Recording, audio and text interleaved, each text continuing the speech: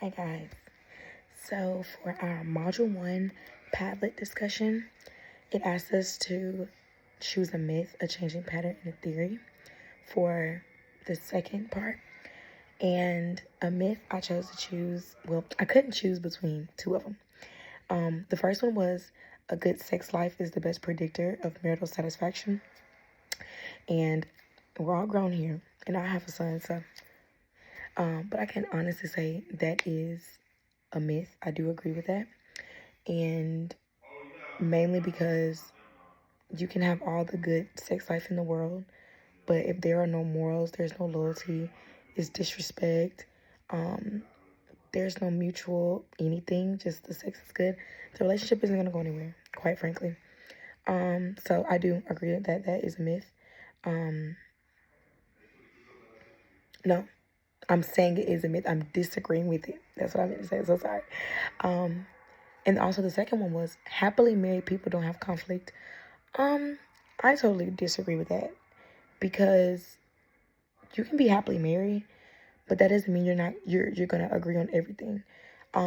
Disagreements are inevitable in marriages. I'm engaged right now and we disagree. It's just something that's bound to happen. It's how you handle it and the way that you go about it. That's the difference in proceeding with a relationship or just doing things differently. A changing pattern that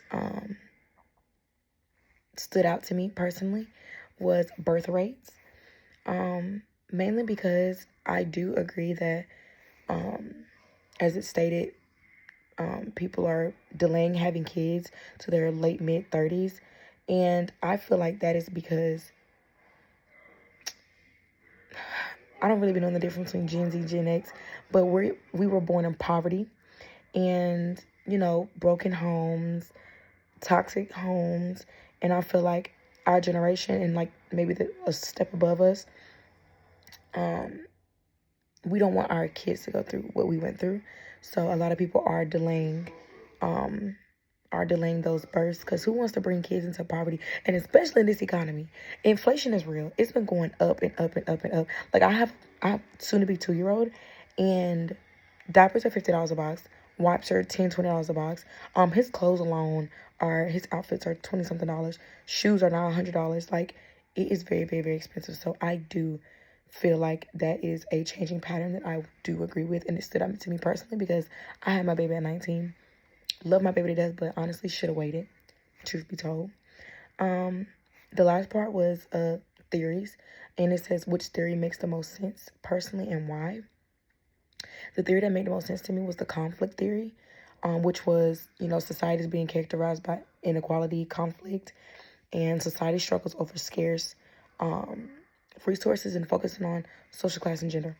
The main reason why this theory makes the most sense to me is because social media is such a big part of today's society and all of these social classes that are coming into play.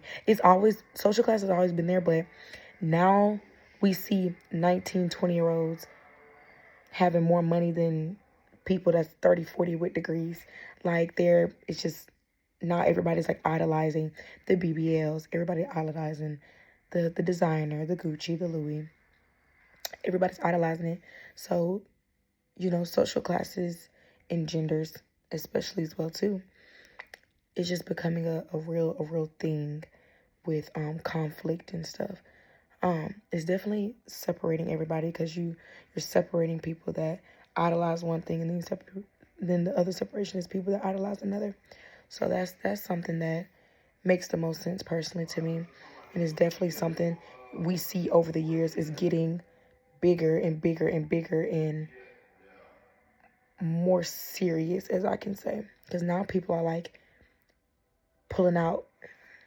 I know somebody, for example, pulled out equity of their house that they owned just to go on a trip to take pictures on Instagram and Facebook just to show that they're going on trips. Like, it's getting very serious. Like, people are pulling out loans, getting business loans just to show money on social media or buy these designer things to take the pictures on social media. It's getting very scary. So that is something that does make the most sense to me.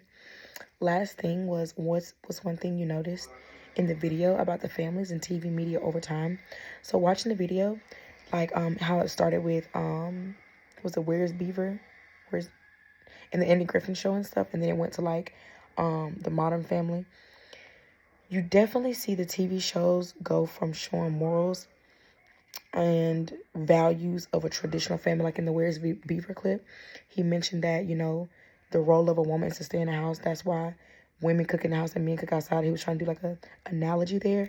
You definitely see the traditional values a lot more in the earlier times, because, you know, it was valued more then.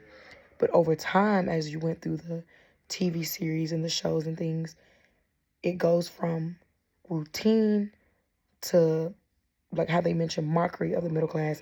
Then it went to pure chaos, because let's be real, nowadays a lot of families are pure chaos, whether that's more kids, additional family members, diversity, you know, adoption's a thing now, and it's just a lot of different personalities is being influenced. There's a lot more, once again, access to social media, so a lot of kids are getting their own personality and different things. It's not as routine and traditional as it was before. So definitely how I see it. Hope y'all enjoy my video. Thank you.